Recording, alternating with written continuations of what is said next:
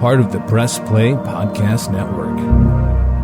Look up in the sky, it's a bird, it's a plane, This is Jason J. Lewis, the voice of Superman on Justice League Action. This is Mark Wade, writer of Superman Birthright. You're listening to the Krypton Report.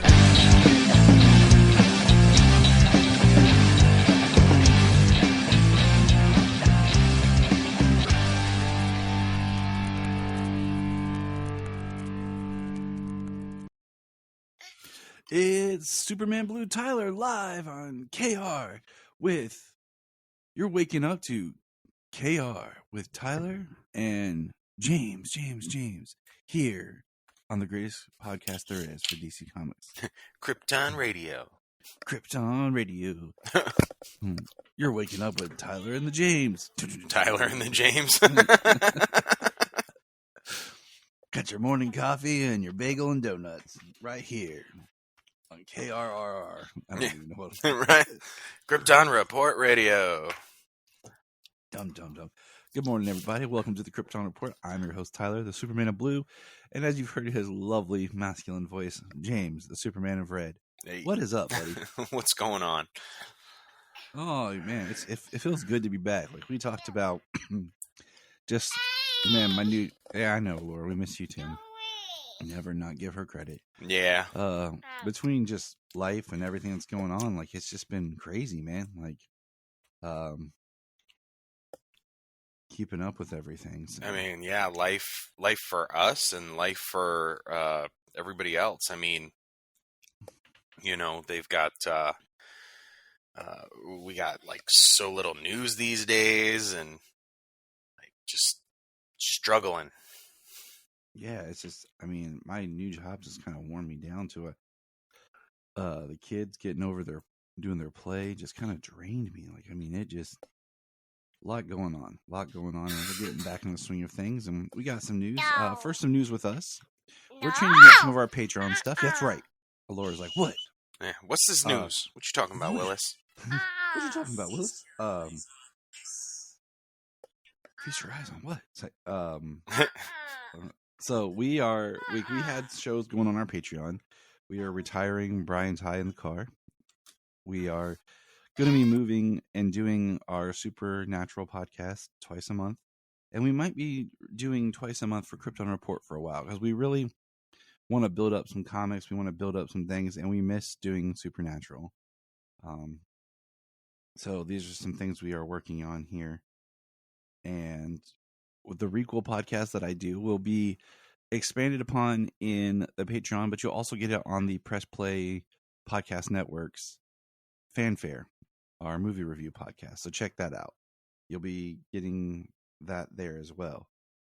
Just some extra fun to just kind of get you in the mood for some good old podcast listening. So that's more shows. Yeah. So that's you know, our Patreon's $1, and we still are doing our movie commentaries. We hope to hear soon. We will be finishing up all of the DCEU films. Mm-hmm.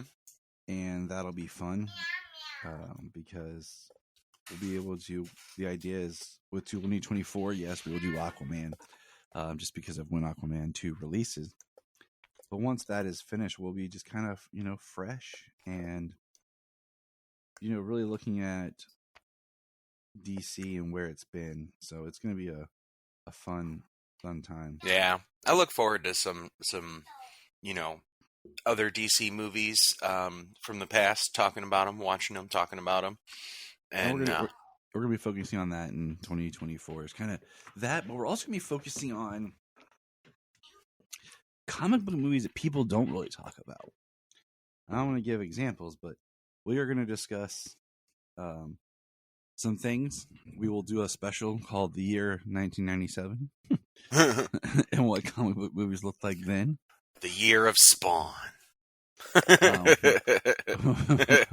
Well, you know, we'll look at the 90s period.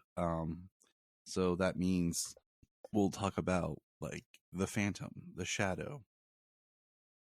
Ones that people aren't always in the conversation of, oh man, the best comic book film there is, you know. So we'll be looking at that kind of throughout 2024. and some other things. So that'll be a fun discussion to be part of. If you haven't heard, over on the Patreon for Capes and Lunatics with Phil, we discussed 1999's Mystery Men. So that was fun. That would be a good one. So if everyone's like, what are you talking about? Well, that's kind of the point. Yeah. Yep. There's a lot of obscure comic book movies out there that people haven't seen, or, Because the 90s was the time of the indie comic. Yeah. You had Mystery Men. You had, just off the top of my head here, Men in Black. You had Ninja Turtles. Things that people don't think about, but oh yeah, those were comics. Yep. They started as comics. I mean, like you said, The Phantom. The Crow. The Crow, yeah. And with The Crow new one coming up, that's definitely something we're going to touch on. So look for that on the Patreon discussions. It'll be commentaries, but also just episodes and discussions as part of our Patreon fun of comic expansion. Now, on back to the DC news. In DC news, we have a premiere date for that holiday special. I put that in quotes. The Merry Little Batman. And the holiday season joined Batman, Alfred, and young Damian in an epic adventure to save Christmas in Gotham City. And Merry Little Batman premiered exclusively on Prime Video December 8th. And we have a poster that looks like a Joker witch. Right. I mean, this is something that I read when they talked about it years ago, back when they made that huge announcement with My Adventures with Superman and everything. And I was really excited. Just a new holiday special to watch every year that's DC and it's Batman. Awesome. I think that I now have a Thanksgiving special for My Adventures to watch every year for Thanksgiving. But then we saw the first animation picture and Alfred's face looked like a male genitalia. And I was like, what is this? I mean, it's almost right there on par with that Aquaman show that they pretend didn't happen, that they disappeared off Max. Yeah, disappeared off Max and is not showing anywhere. They was like, dang, we effed up. And it's kind of they're just hoping, I guess, since it's Batman, that it'll sell more than that garbage Aquaman thing. I'm going to attempt to watch it. I'm not going to deny it. Like, I'll watch it with the kids because I use them as a barometer, to see what works, what doesn't work. And if they're like, this is crap, Dad, I'll be like, all right, then that's what it is, But I'm going to give it a go because that's just how I am, completionist. And I tried with the Aquaman. I watched like the first 10 minutes of it and I was like, I can't do this. So yeah. So that's something to look forward to in your holidays, because it's always nice to have something added to just the holiday roster, Yeah. Hopefully it'll surprise us. There have been some animated shows with like weird animation that have really stood up for, quite a while in that cartoon realm, Disney, Nickelodeon, things like that, where those cheap animations were actually able to, really stand up because the show was better than the animation. Yeah, you're absolutely correct. So that'll probably be in our Christmas episode. So I'm still fighting the battle of what to do about comics with my local comic shop. It has threw me off completely on my comics coverage because besides just being wrapped up in life and in my job, haven't been able to go to, yeah, has really just messed me up. So I apologize. We will get caught up on our comic discussions and reviews here shortly. Yeah, I actually have to pick up Superman 870. Or 870, 850. Superman number 7. Number 850, action, large, oversized. Action 850. Yeah, it's... Superman. Is this? Yeah, that's right. Yep. That's right. Yep, it's Superman number 7 in this run right now, but it's Superman 870 overall. Or 850, I don't know. Keep saying 870 because of number 7. Yeah. 850 overall. Yeah. Let's see. I was gonna say something. I totally blanked. Yeah, I gotta go to the comic. I'm going to go Saturday. Our comic shop's doing a Halloween thing, so we're gonna go up there Saturday, and I'm gonna try to get caught up on my books. Yeah. Wendy's is doing basically kids meals, DC kids meals. I believe they're still doing it, so that was cool. Check those out. They have little like character figures in them. Some more. I need to go get me some kids meals. I know. I went to McDonald's the other night to buy the kids the Boo Buckets, and they would piss me off because they all had the same bucket at the McDonald's. They said, "Oh, we have 2 different ones." I said, "Okay, well, can I get like a different one? Because I'm ordering 3 because we were hoping to collect all 4 in one sitting." And the lady gave us all the same bucket, and I just wanted to throw it back in her face. So and you'd be the next person we see on social media throwing the kids the bucket back in through the window at the worker. We will be at Motor City Comic Con on November 11th from 5. We are hosting a panel at 5 p.m. So come check that out. It's on the 85 years of Superman. Check that out. It is in Michigan, near Detroit. So check that out. Also, we got 2 new photos of Lady Gaga. That's a reference to Kelsey Grammer's pronunciation in Troll Hunter when he mentions her. Is it Gaga? Of Harley Quinn in the upcoming Joker sequel. It's still a year away, a little under. One's her in the rain, and she looks great, and one's a mugshot photo. And she looks like a Harley Quinn mugshot photo, really. So I think we're going to get a really great performance. And we're going to be talking about that next year as well. Yeah. So, I mean, as a performance, I don't doubt that for sure. You know what I mean? Oh, as a Joker Harley Quinn, I'm iffy on what we're going to get. Yeah. Just because, I wasn't sold on his Joker as Joker. And we've talked about that, and we'll talk about it more later. But here's some sad news. I guess Warner Brothers rejected an animated movie of Mortal Kombat versus DC.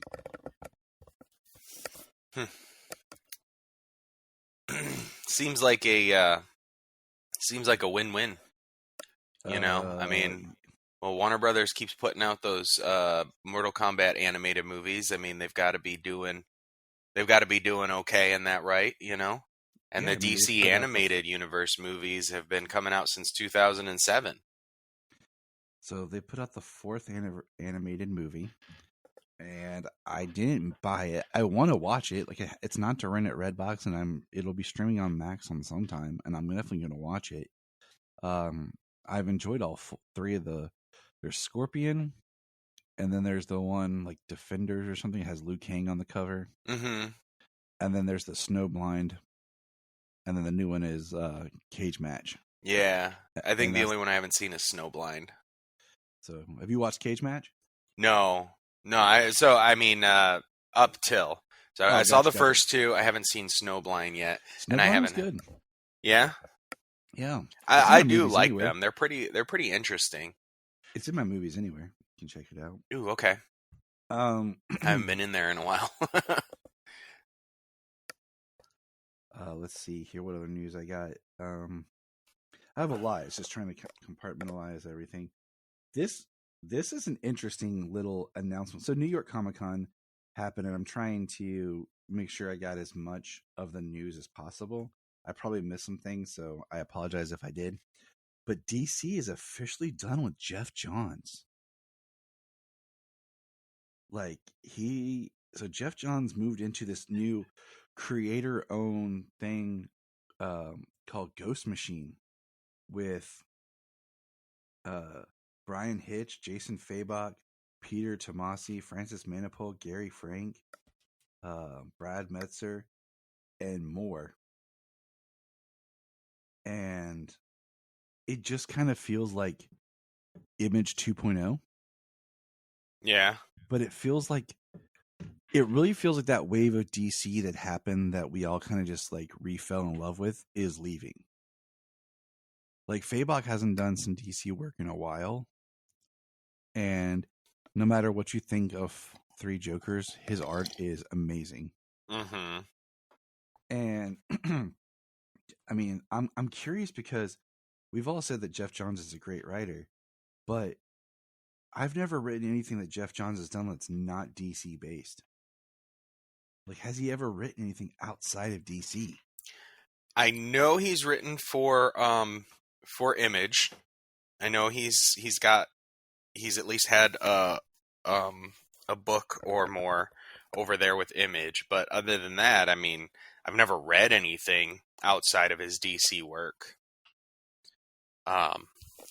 And I mean, we talked about this recently. It's like he's been a big proponent of how the DC universe has been for the last 20 years. Bringing back Green Lantern, expanding that corner of the universe, bringing back Barry Allen, Flashpoint, New 52, Rebirth.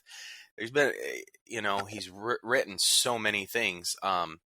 Infinite Crisis? Some people argue maybe their favorite Crisis event. So like, yeah, he's done a hell of a lot for DC, and he's really, made a name for himself there. He really helped formulate that universe as we kind of know it now. But then in the last, handful of years, I mean, obviously with the complications and the controversy behind the scenes for live action, mostly Justice League, but other things as well. But he's been a controversial just person to bring up. But then you look at some of his books and everything, and it's all just a mystery with loose threads hanging for other people to finish out a story. Like that's where it's where he's been lately, is like ideas without answers. Yeah. I mean, it really started, I think, as he took on less of the comic book role and more of the film side, into Rebirth. We all know about how long it took for him to do Doomsday Clock, how the Three Jokers thing got kind of changed and pushed to the side. So it'll be interesting. It'll be really interesting. So Jason Aaron is taking over Action Comics for a 3-issue arc, 1061 through 1063 for Bizarro. Will Tyler be reading? That's the question. It depends on the. I'm sure it depends on how it's written, because if it's written entirely in Bizarro, Tyler will be skipping that one. I'd be like, and to James on this segment of the podcast today. So Philip Kennedy Johnson is leaving Action Comics. I didn't see when his last book will be, but he is leaving Action Comics. I did see that, and that is a little sad, because he's not doing Superman now either. He said he's not done with Superman, though, so see where that goes. What does it mean, Philip? Yeah. What does it mean?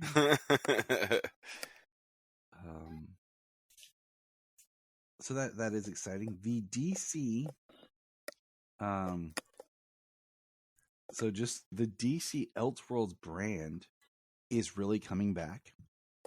And I feel like in a way, like maybe Mark Waid had a hand in this, being back and doing a lot of prominent DC books right now. And they're bringing back a sequel to Gotham by Gaslight, which will be a Victorian era Justice League. And wasn't it the Days of Krypton or something like that? I think so. Yeah, it was supposed to like introduce Superman into that that time. Like I said, there is stuff I've missed, people. So don't hate. Okay. Hey, as long as I can plug in a little bit of information. Let's say we've shared most of the same stuff, so if I remember a little something you don't. Let's see. We have more here. We got our first look at the cover of Superman 78, The Metal Curtain. And it looks cool. The art looks very animated. It's not the same person doing the art, but the same writer. It'll be a 6-issue miniseries again. Like I said, we will review that, but I will wait. I will purchase it in trade, and then we'll review it. Oh, yeah. So we'll just do it all as a one-shot story. We're Well, going to be moving to that format on certain things. Yeah. Well, my annual subscription just went through on my DC Universe Ultra Infinite Ultra. So, I got another year of comics coming, and with that coming out, I will certainly read the entire run on DC Universe, and then grab that trade when it comes out. And that's our plan, everybody. That's our plan. But yeah, the way it's structured, I'm sure it'll be better to talk about that Superman 78 sequel in a trade format, talk the whole story that way. Yeah. Because it's going to be written for that 6 issues. It's not going to be written for per issue. Let's see. Other news that's made us very excited. We've announced the return of Elseworlds at New York Comic Con, and part of that will be Dark Knights of Steel 2. That's officially from Tom Taylor's Twitter. Yeah. I call it Twitter. I don't care. Dark Knights of Steel 2, and it's going to focus, or at least, I don't know if that's going to be the primary focus of the story, but Deathstroke is going to be a Viking. Yeah, that sounds awesome. Yeah, so we're gonna see some more, some different kingdoms outside of just the Kingdom of Storms and the Wayne L Kingdom.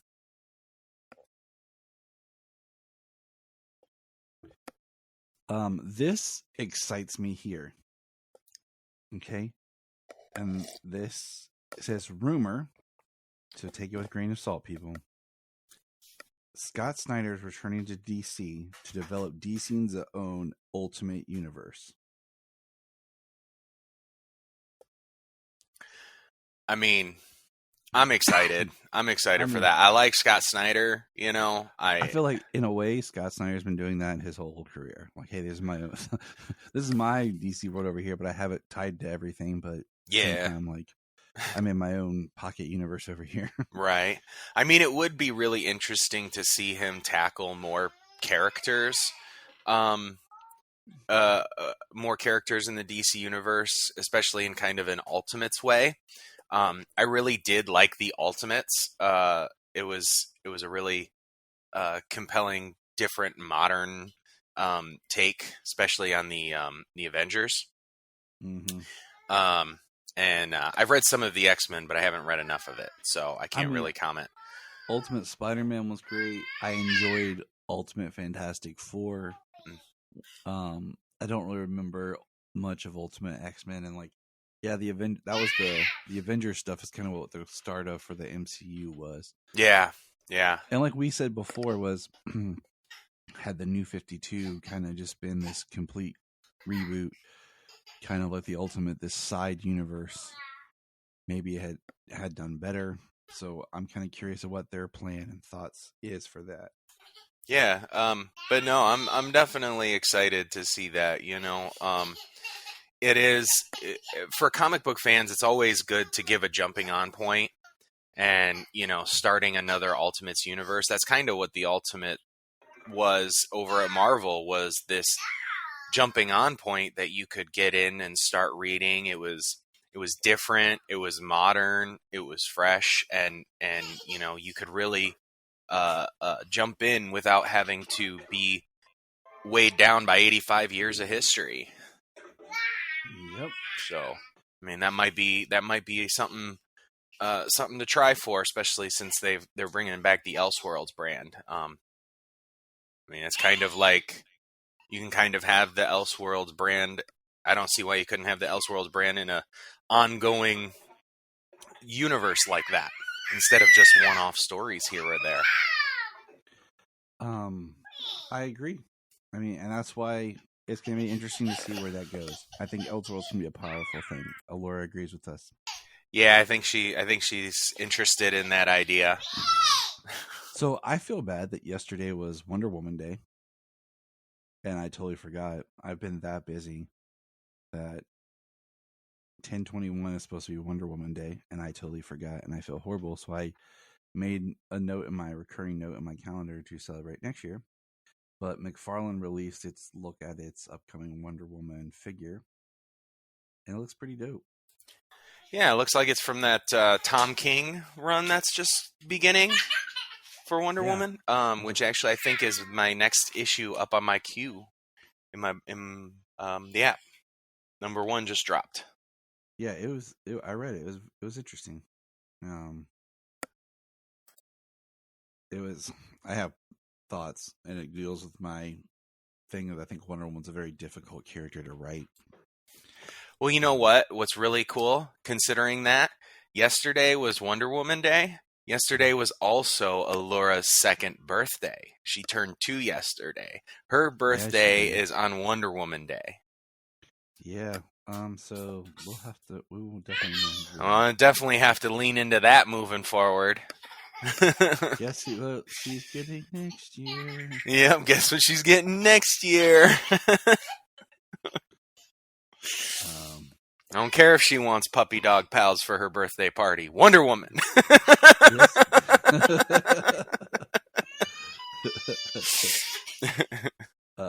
Be like, but Dad, I'm 30. Take it. Wonder Woman. Take the bracelets. Take the bracelets. Oh man, that's awesome. And let's see. I think this is so. Speaking of McFarlane, November 8th, they're launching the Batman and Robin Build-A-Figure wave, which I'm excited for. With 4 figures.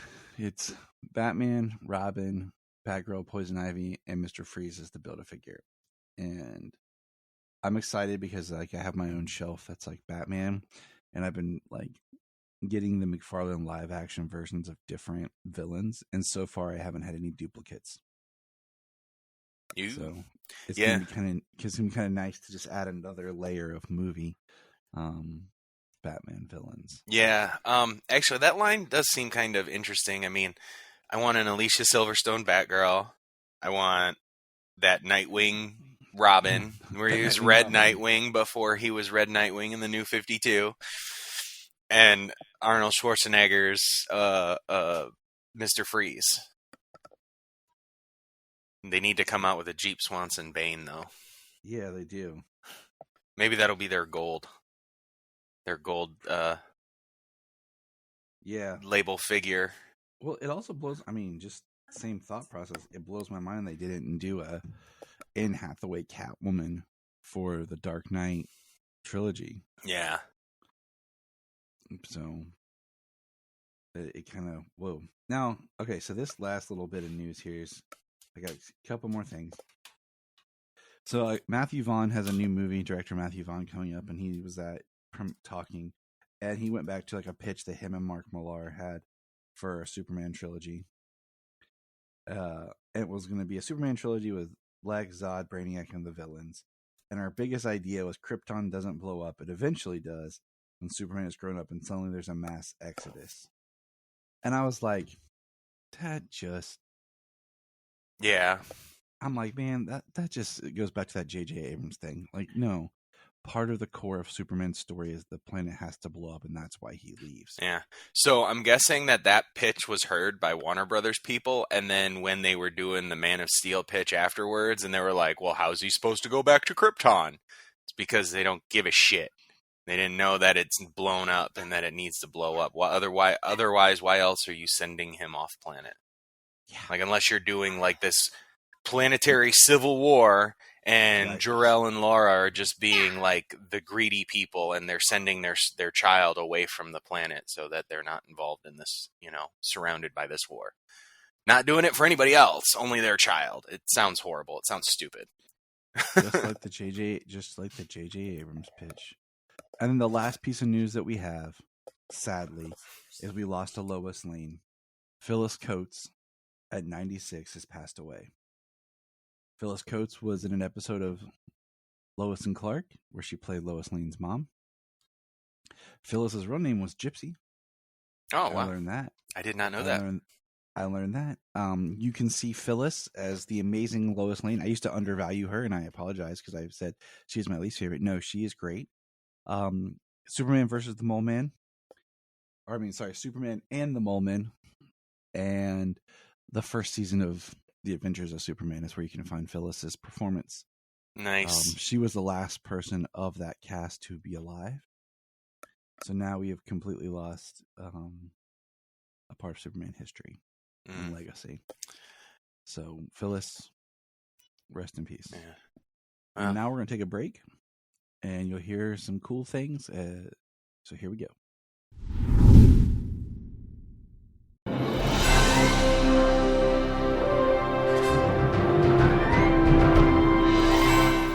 What's up, everybody? Chase Smith here from the Chase Smith Podcast and Cavs on the Break NBA Podcast. And I'm JD, host of the Hyman Podcast, part of the Press Play Podcast Network, and we are super excited to bring you a brand new show starting next Tuesday, the Fanfare Podcast. The Fanfare Podcast is all about your favorite movies and our favorite movies and the best moments in cinema.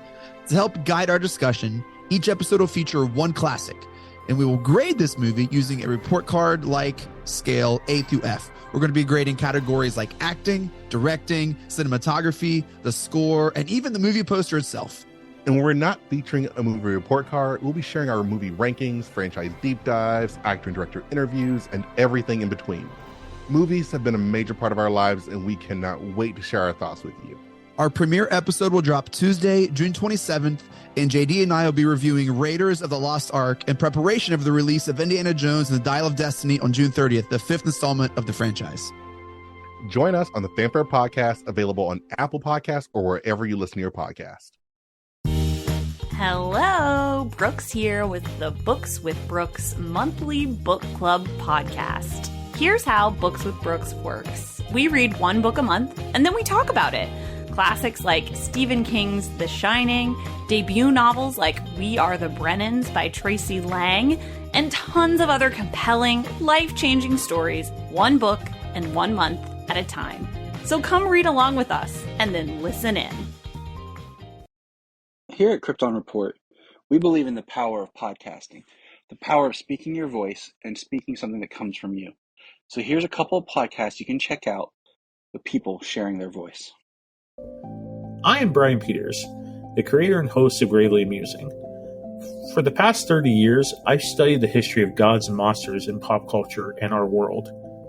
As a student of theology and history, I've tried to understand evil and its impact on us.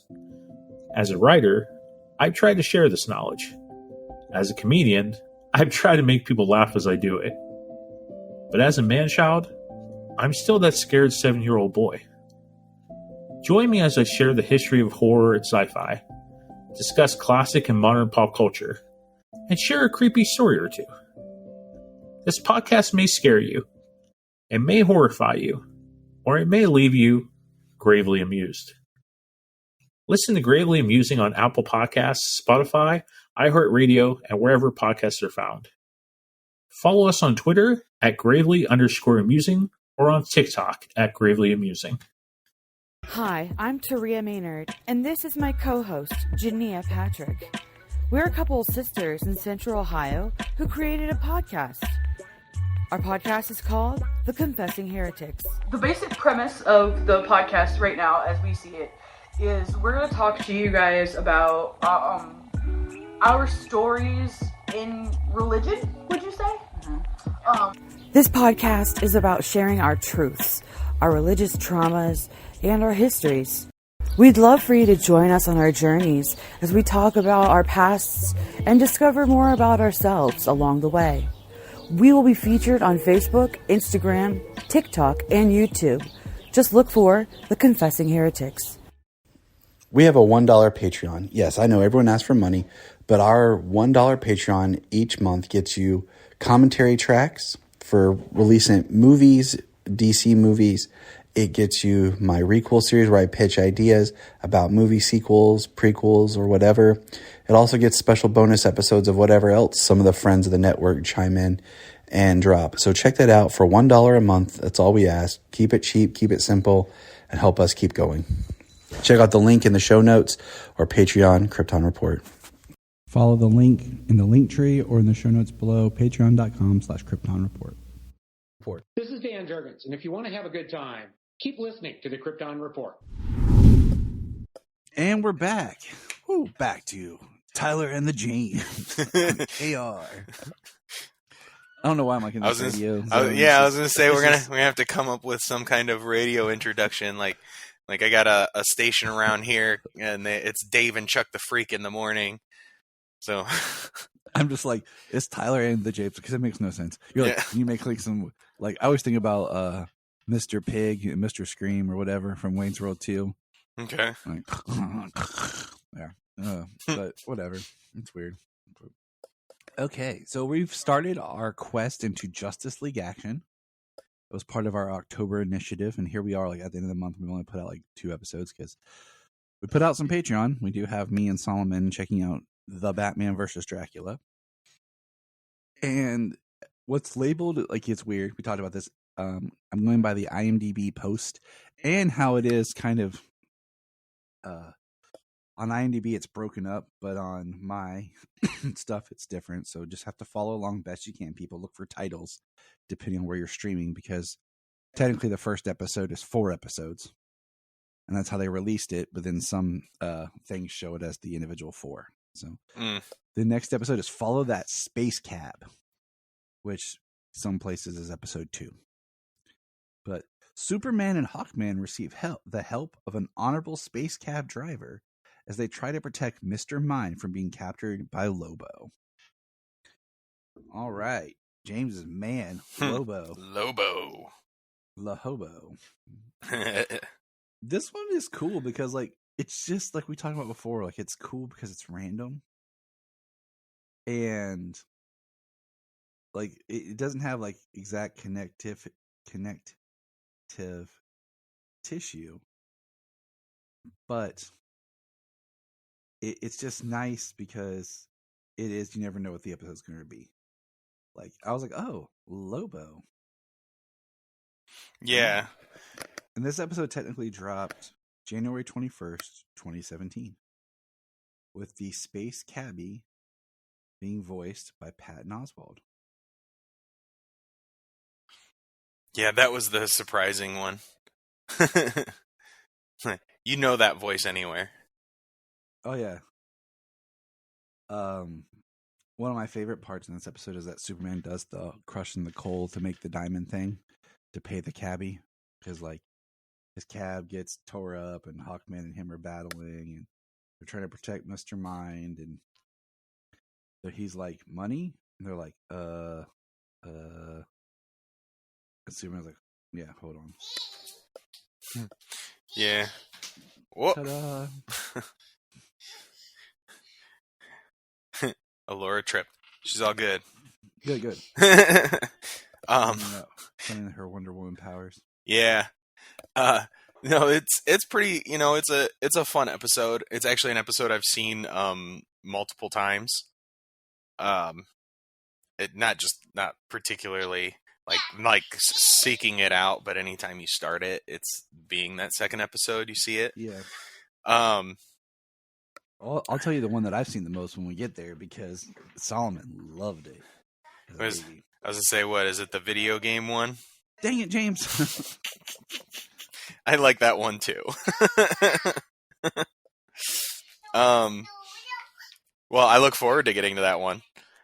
Yeah, I do too. Yeah, no, this episode's pretty good. I like Lobo, and it's funny how Lobo he's this bounty hunter, but he's like, all I need is this. You can have the rest. Like that's actually kind of something I can see why they play up in the cartoon, kind of making him seem a little more like I don't want to say dumb, but kind of like, yeah, more like just a drinking dumb kind of bounty hunter guy. Because Lobo uses a lot of brute force and everything, but he's the best bounty hunter there is. So that's something that would that I think he would know, that he would have to bring back part of Mr. Mind, not just some DNA to prove that he was squashed. Yep. Because he recovers, he regenerates. It's like when you cut a worm in half, now you got two.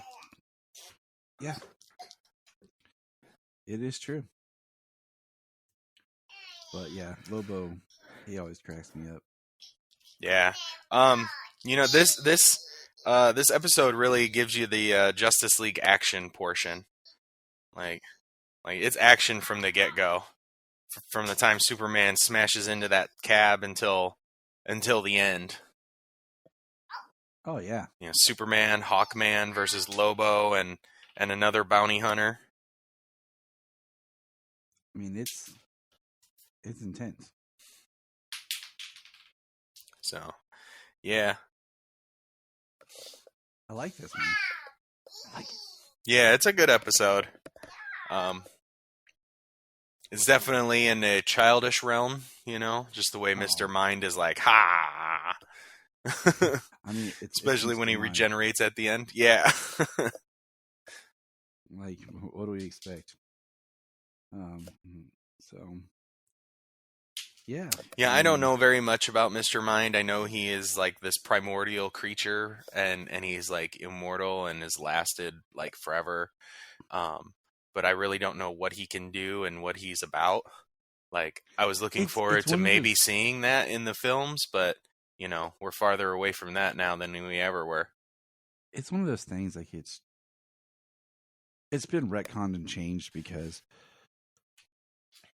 the whole Shazam universe keeps getting like retweaked by every writer to make things make more sense of how magic works and what exactly it is and the magic lands. So it gets convoluted, but Mr. Mind's super smart. Yeah, that much I got. Yeah. So, all right, moving on.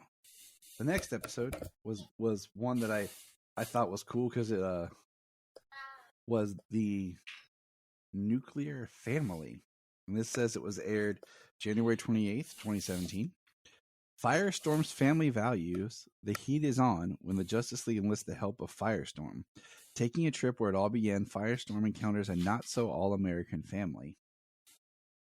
And this is kind of cool because this is like, the Nuclear Family, a set of villains that we would later see in Titans, done, differently in things. But he is home.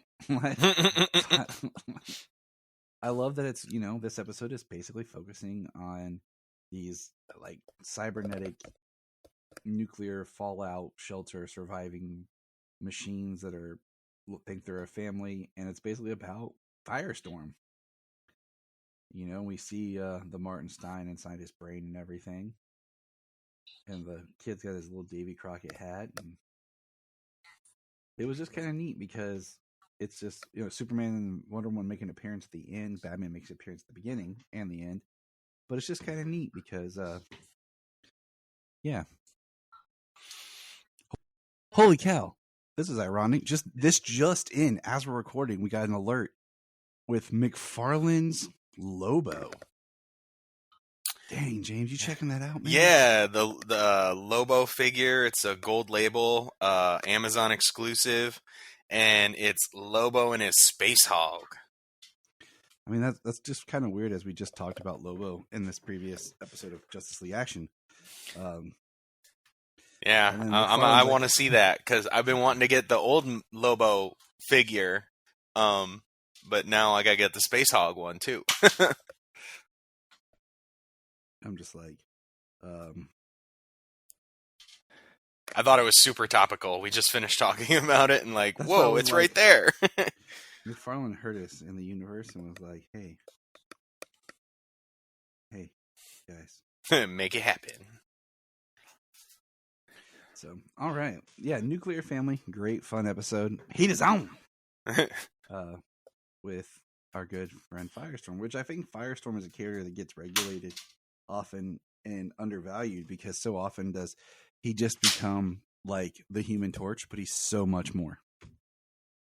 And I think that is if you have not read Doomsday Clock, it is something in Doomsday Clock that is extremely prominent and part of a very strong emotional section.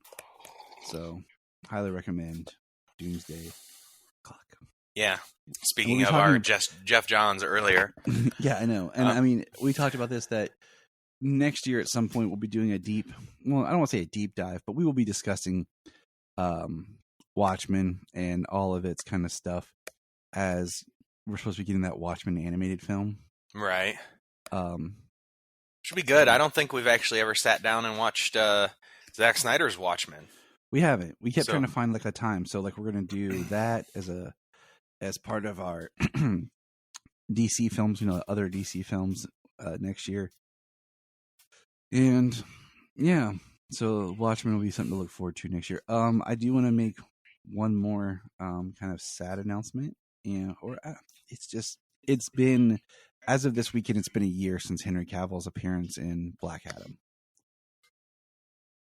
And it's just interesting it's been a year and how that's kind of set with us.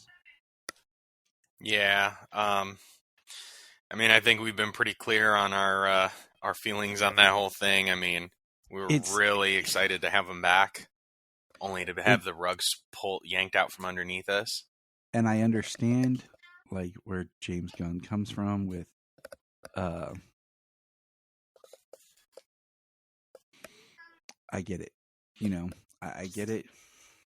Because you want to try to clean up your stuff. I get it, but at the end of the day, it is what it is. So, all right. Now, have you read Steelworks #4? I have, yes. You want to take us into that? We'll discuss that, and then we'll discuss another book, and we're moving on. Yes. Let me get that one. I got it here somewhere. Oh, no.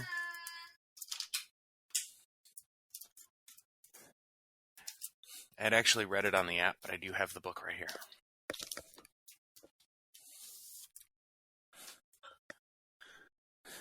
All right, so Steelworks #4. We pick up where we last left off, where Lana Lang is getting her Superwoman red powers coming back. And John is able to, Steel is able to kind of take her down. Well, not take her down. She's not particularly a threat, except for like the overcharge, which is something about what this episode is about. The reason why Connor had the massive heat vision blowout that he had, and why Natasha had some problems with her suit, and why in the last issue, I believe it was the last issue, where we got some the talk of the metal alloy like being within her, like being part of her now in some respect. I mean, they haven't expanded upon that or anything, but that's where we are. He's got Steelworks locked down, running tests on Lana, and we have Silver Mist sprint in through the building because he can move and run through objects. He can phase through objects while he's moving. So like, it's interesting too, because I wonder if things like thick vault doors would like slow him down, like slow down his phasing particles or whatever.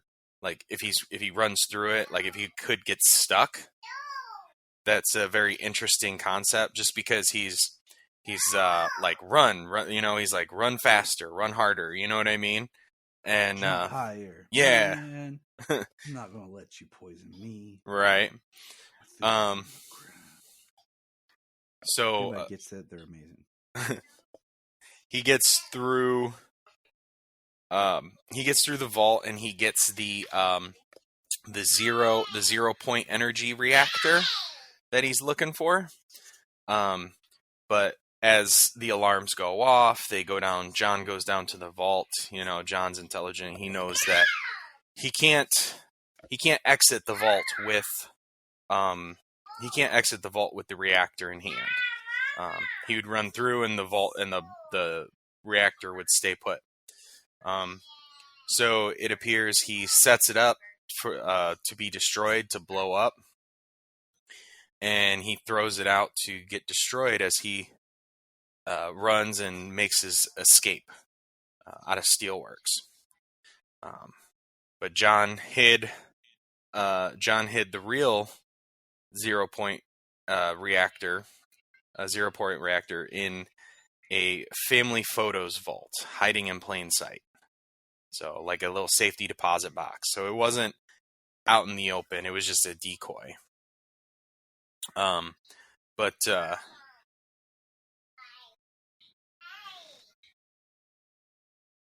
Or maybe I have that backwards, because he thinks, because sitting out there with her, he has it in his hand, and within proximity of it, she should be electricity. She should be, you know, charging up. Her power's coming out and everything.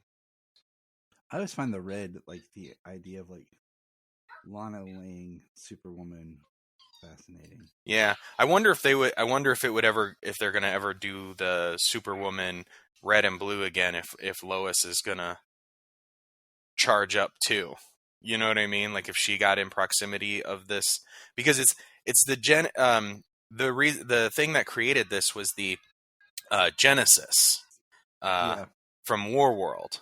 What they were fighting for back when Atlantis had it, and it created a giant kaiju monster from the Genesis energy.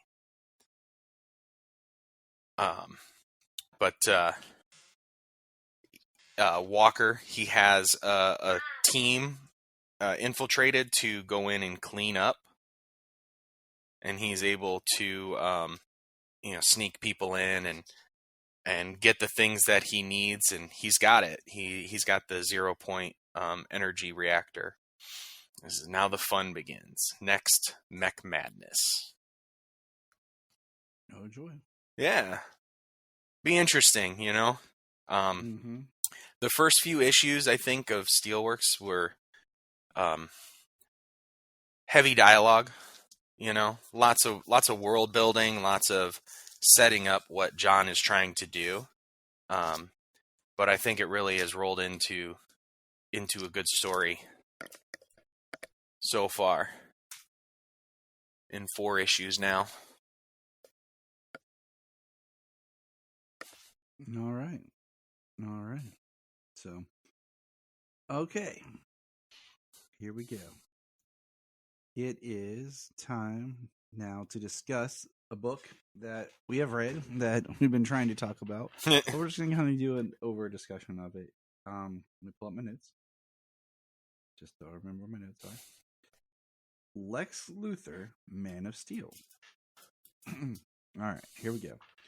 Lex Luthor, Man of Steel is a 5-issue monthly American comic book limited series written by Brian Azzarello and illustrated by the great Lee Bermejo, which features Superman's nemesis Lex Luthor as the protagonist. The story explores Luthor's motivations behind being a constant foe of the Man of Steel inside a city that has largely embraced him. Luthor views Superman as a demigod who looks down on humanity and believes that in order to save the human race from extraterrestrial threats, Superman must be stopped. Now, what's interesting is the book was originally called Lex Luthor, Man of Steel, and was released, publication date December 28th, 2005. It was then Luthor, Lex, number 4, 2015. Okay, that's when I first read it. Was in that, it was just Luthor.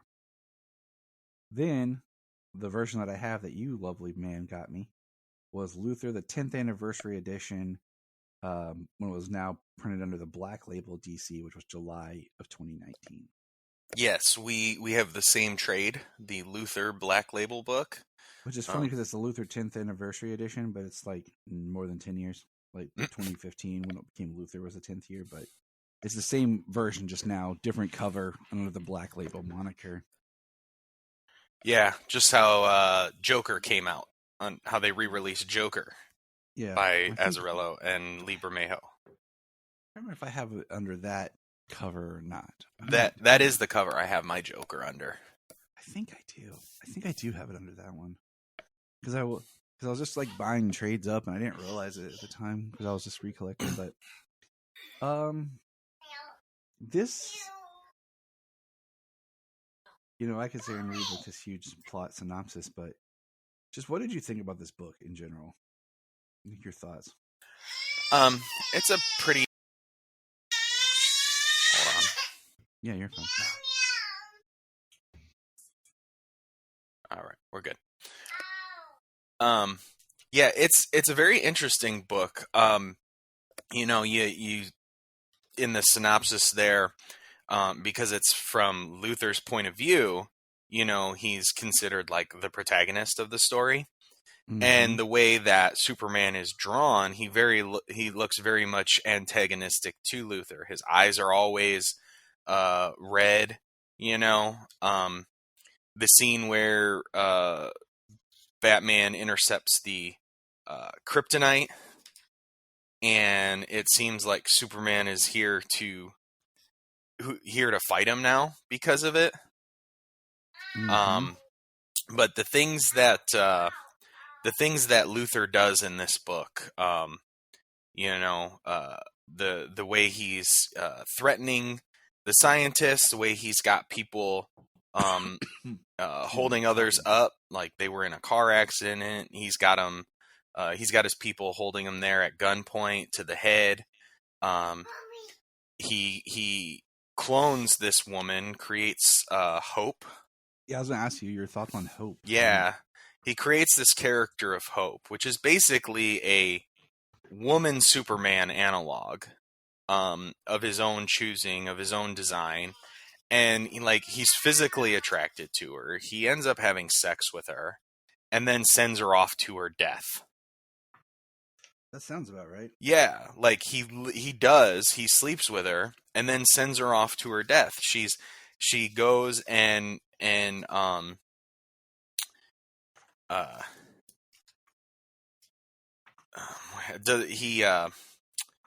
he does something. He does something to her, like sets her off, like a self-destruct. So even though we say that Luthor's a protagonist in this book, he's still just evil. Yeah. He literally creates this being, has this seemingly romantic relationship with her, at least on her side, you can tell from her dialogue, but then with him, it's purely lustful, and then he sends her off to fight Superman and sets her for self-destruct. And Superman has to be the one to save the day, not necessarily save her, because he can't do that, but stop her from destroying too much, because the explosion takes out a tower. Yeah, it's sad. I mean, it really is. And from still from Luthor's point of view in the book, he's still trying to be the good guy. Even though he's doing this horrible stuff. He justifies everything he does. Exactly. It's like that story. It's like from All-Star as well, all the good I could have done for the world if it weren't for you. It's like, well, you know, you've had plenty of chances and opportunity to do good for the world, and you still don't. You're still only focused on your own, you know, your own megalomaniacal ways.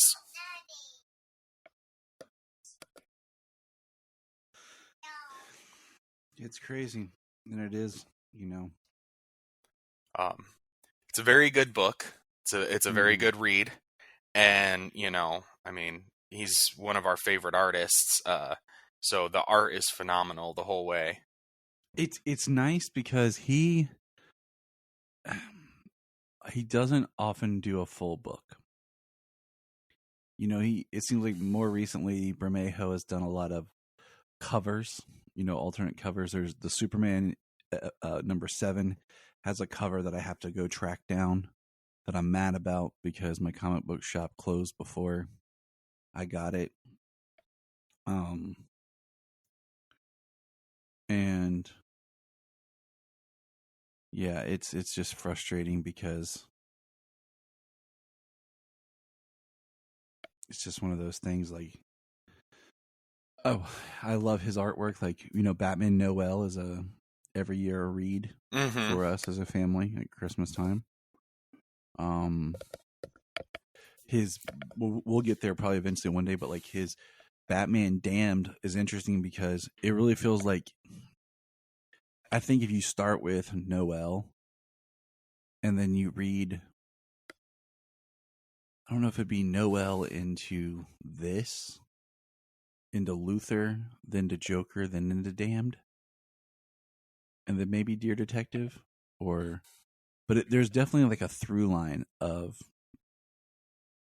a continual story of his Batman.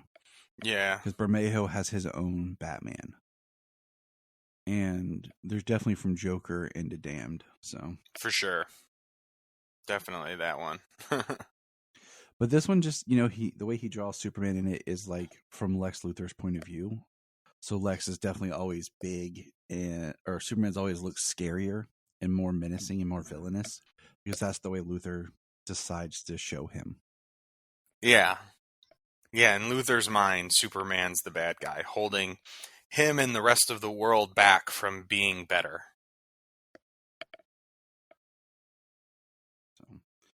But that is Luthor.